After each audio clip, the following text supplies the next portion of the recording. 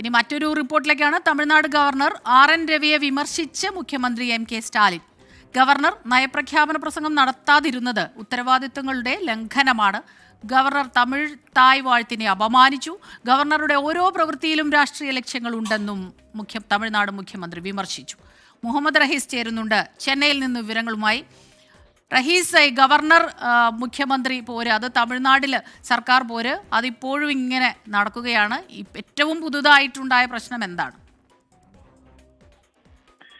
സ്മിത, ഒരു നിലയ്ക്കും തമിഴ്നാട്ടിൽ സർക്കാർ ഗവർണർ പോര് അവസാനിക്കില്ല എന്നുള്ളതിന്റെ സൂചനയായിരുന്നു ഇന്ന് നിയമസഭയിൽ കണ്ടത്. മുഖ്യമന്ത്രി MK സ്റ്റാലിൻ ഗവർണർക്കെതിരെ അതിരൂക്ഷ വിമർശനമാണ് നിയമസഭയിൽ ഉന്നയിച്ചത്. ഈ നയപ്രഖ്യാപന പ്രസംഗവുമായി ബന്ധപ്പെട്ട് തമിഴ്നാട് നിയമസഭ തുടങ്ങിയ ദിവസം മുതൽ തന്നെ വലിയ വിമർശനങ്ങൾ ഗവർണർ കേൾക്കേണ്ടി വരുന്നുണ്ട്.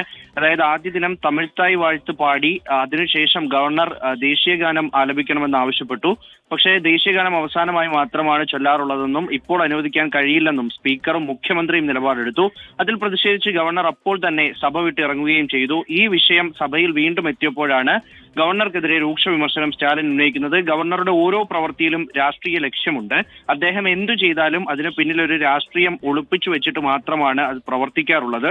ഒപ്പം തന്നെ നയപ്രഖ്യാപന പ്രസംഗം പോലും നടത്താൻ കഴിയാത്ത ഗവർണർ എന്തിനാണ് ആ സ്ഥാനത്ത് തുടരുന്നത്? ഉത്തരവാദിത്തങ്ങളുടെ ലംഘനമാണ് അദ്ദേഹം ഓരോ സമയവും നടത്താറുള്ളത്.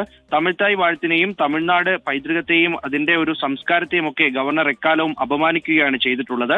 തമിഴ്നാടിന് ലഭിക്കേണ്ട കേന്ദ്ര ഫണ്ട് തടഞ്ഞു വെക്കുന്നതിൽ ഗവർണർക്ക് പങ്കുണ്ട് എന്നുള്ള ഒരു സുപ്രധാന വിമർശനം കൂടി ഇന്ന് സ്റ്റാലിൻ ഉന്നയിച്ചിട്ടുണ്ട്. DMK അംഗങ്ങളൊക്കെയും സ്റ്റാലിനെതിരെ അതിരൂക്ഷ വിമർശനമാണ് ഗവർണർക്കെതിരെ അതിരൂക്ഷ വിമർശനമാണ് ഉന്നയിച്ചത്.